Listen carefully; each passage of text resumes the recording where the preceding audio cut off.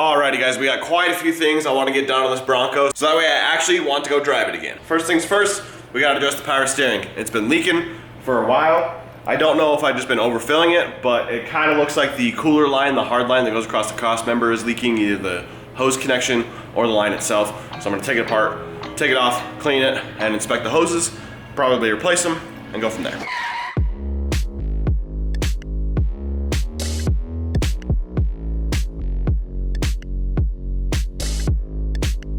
Alright, take the wheels off, really lower this thing down.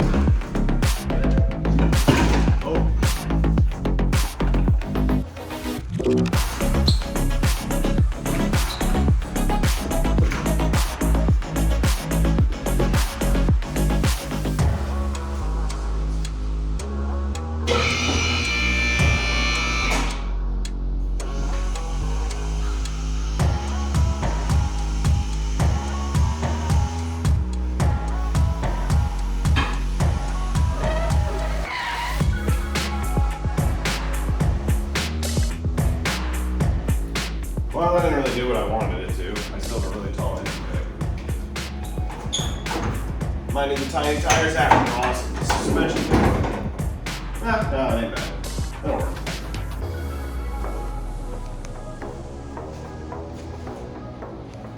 Alrighty, we got the power steering cooler line out. Super greasy. We had a bad connection right on the end. With the original hose, it was one of these crimp style connectors, and it just kind of wore loose. So it's definitely where most of my leaks been coming from. So we'll replace the hose after we pressure wash this thing because it's super gross. Might as well clean it up while it's out. So let's get that cleaned up real quick.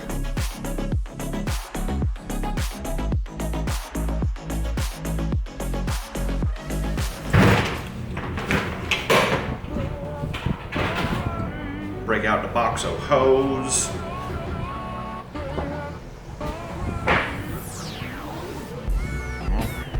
I always have a bunch of hose, and it's always the hose I don't need. Oh, spoke too soon. That's money. That's what I need right there. Oh, that's like perfect length. That's awesome.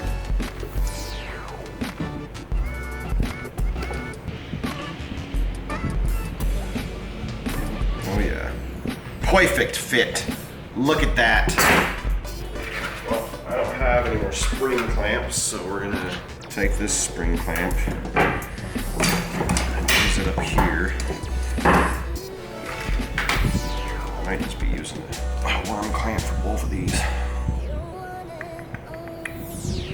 Money. Go.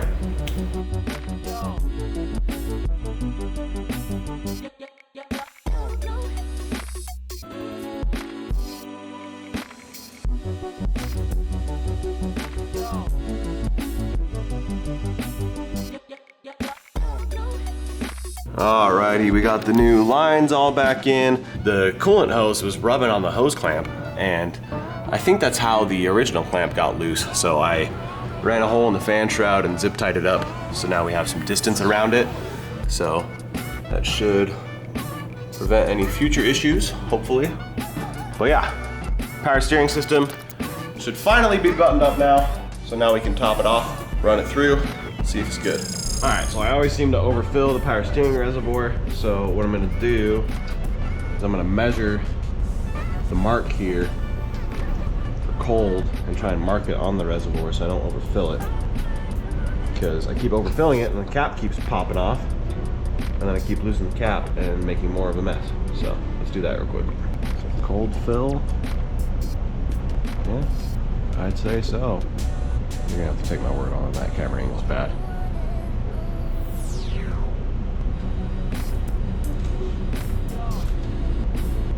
It's actually like way less fluid than I thought it was.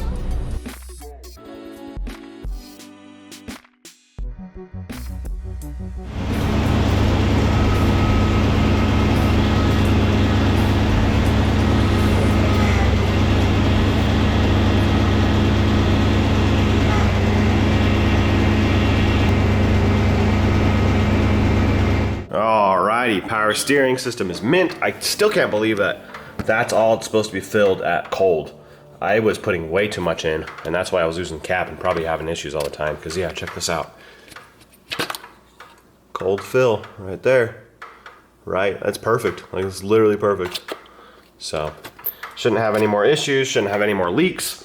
There was a massive puddle underneath this thing after it sat in my driveway for a little while. I'll throw a clip in right here. Huge leak. I still have a pig mat under here that's soaking wet from when it sat in the shop too. Glad that's taken care of. We can check that off the list. Let's fix this Hyperspark harness now. So, a little bit of backstory. We did a Holley Sniper swap on this a few months ago now. I've taken it out a couple times, but I've noticed some flaws in the connector here. My light, the little indicator light on the Hyperspark controller, doesn't really go off sometimes. And the one time we did take it camping, one of the main power connectors rattled loose on the trail, and we ended up having to we had a jerry rig crimp it back on there to get it to work. We're gonna fix that solution now because it happened again just backing out of the driveway, and I just don't want to deal with it anymore. So in order to fix that, I purchased a new harness from Holley. It was like 35 bucks. So I thought about making my own and like sourcing all the pins and shit, but by the time I bought everything, it would have been more expensive than just the harness. It's got way more length. The last time I kind of had to put everything where it was because I bought this kit used, and so the stuff was already spliced. So there's a possibility I might try and move this inside the cab, but if not, and if that doesn't end up happening, the other solution I have are these little rubber isolators right here. They are completely independent of each other. So there's just like a female thread. These are like M5 or M6. And yeah, they're just little vibration isolators. So that should help with any vibration that thing's getting, so the connector shouldn't rattle apart. Nonetheless, we're gonna figure out where to locate this thing permanently and get it disconnected. First thing we gotta do is disconnect the harness that I kind of spliced together with the alternator harness. Disconnect it and see where it can go.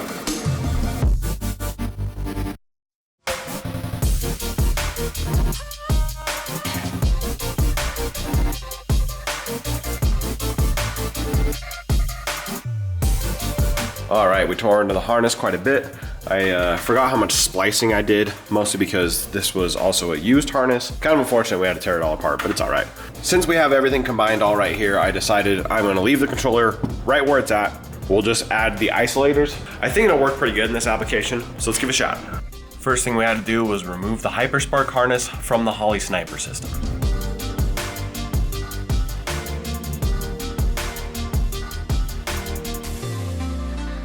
After that, I matched the lengths to the old harness on the bench.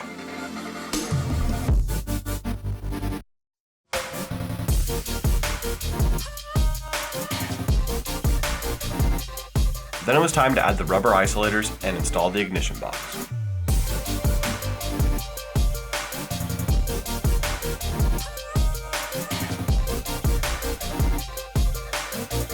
Now we just need to tie it into the harness and loom it all up.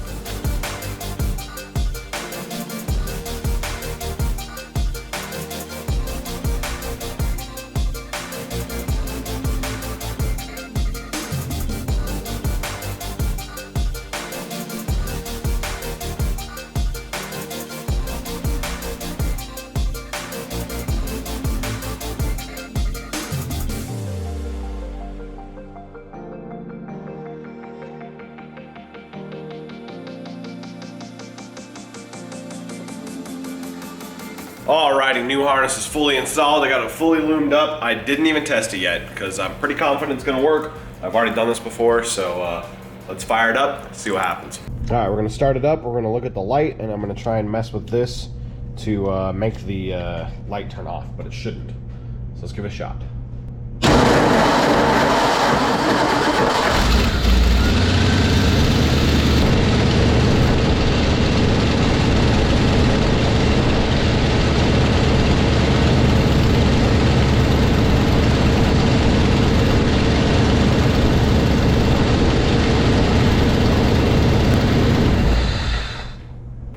Alrighty, she ran great. I didn't notice any issues. I'm just gonna have to, it's just gonna be one of those things that I'm gonna have to demo and see how it does. The isolators seem to be they seem to make a difference. So hopefully they actually hold up and make a good difference. So now we can check this off the list. Now, unfortunately, we're not gonna be able to make any more progress on the Bronco this video because we have to go hit a side quest tomorrow morning for my other Bronco, my little Bronco 2 that I bought a couple weeks ago. I'm gonna just leave it at that. We'll jump to tomorrow, tell you what I'm talking about. Tomorrow. Alrighty, we are on our way to the junkyard because I had a buddy hit me up and inform me that there is a old 80s Ranger in the yard, which is possible it might have the same engine as that Bronco 2 I just picked up, which means it might have an ECU and it might have a few other things we need to get that thing actually running, which I didn't think was gonna be possible. So we're gonna go inspect it, see if we can get what we need.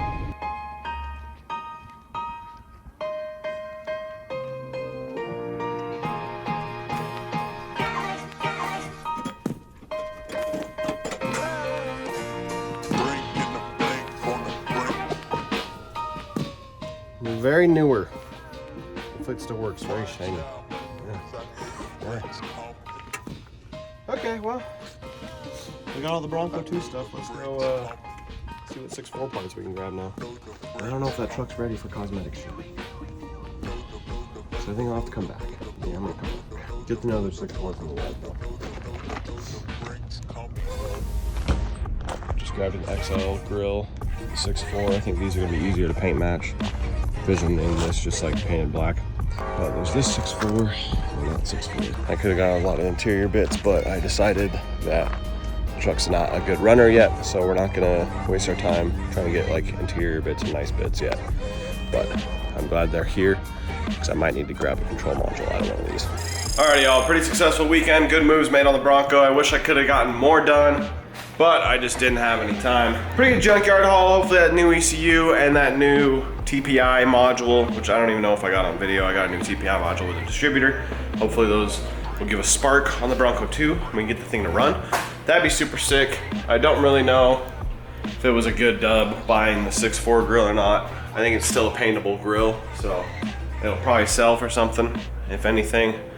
But nonetheless, a little more expensive than I wanted it to be, but that's just everything these days. Unfortunately, we're out of time. I wish I was able to make more progress, but it is what it is. I got a lot going on, so I haven't really been able to fully focus on this kind of stuff, and I apologize. But with that being said, thank you guys for watching. Don't forget to like, don't forget to subscribe. We'll see y'all next time. Peace.